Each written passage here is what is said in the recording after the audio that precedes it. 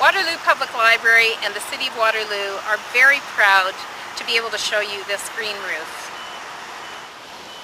Hi, I'm Alannah and I'm standing on the roof of the John M. Harper Library in the City of Waterloo. When we designed this building, it was very important to the City of Waterloo and to the Waterloo Public Library to have a green roof on this facility. I'm going to tell you what a green roof is and why it was so important to us. A green roof is really exactly what it sounds like. It's a living roof made of plant material. And you might wonder, how is that going to work? Well, underneath this plant material is a rubbery roof membrane. So it's like a rubber layer that covers the roof, very much like on a typical roof. And that's what keeps water from going into the building. On top of that is a growing membrane, a growing layer like a mat that the plants will grow on. The green roof that I'm standing on was planted 2 years before it was installed, and that gave the plants a chance to really become strong, to send down good roots, and to fill in all of the spaces. So they were grown on a mat that was then rolled up and brought to this roof and unrolled onto the roof on the roof membrane. The kind of plants that are used in this particular green roof are called sedum, and there are 11 varieties of sedum that have been planted together so that at different times of the summer they will bloom in different colors: red, yellow, and white. Cities have a lot of built environment that creates a lot of heat.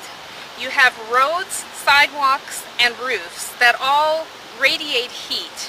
And if you imagine on a summer day what it feels like to stand on the road and to have the sun beating down and the waves of heat coming at your body and feeling like they're burning your skin, that's what it feels like on a conventional roof, on a normal roof. It's very, very hot, and it's not hospitable for birds or insects or butterflies.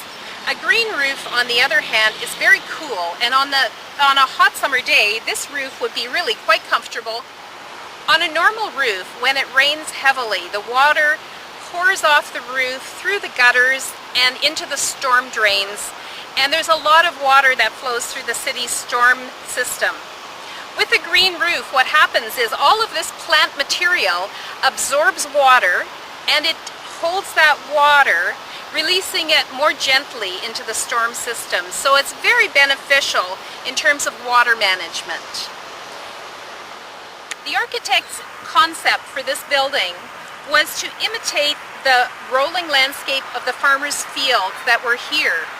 And so you'll notice that the shape of the building imitates that rolling landscape, and he wanted to have the green roof to show what that looked like, as if the building had just risen up out of the earth and continued the shape of the farmers' fields. In fact, there are 5 sections, 5 rectangles of green roof that are meant to imitate the patches of farm fields.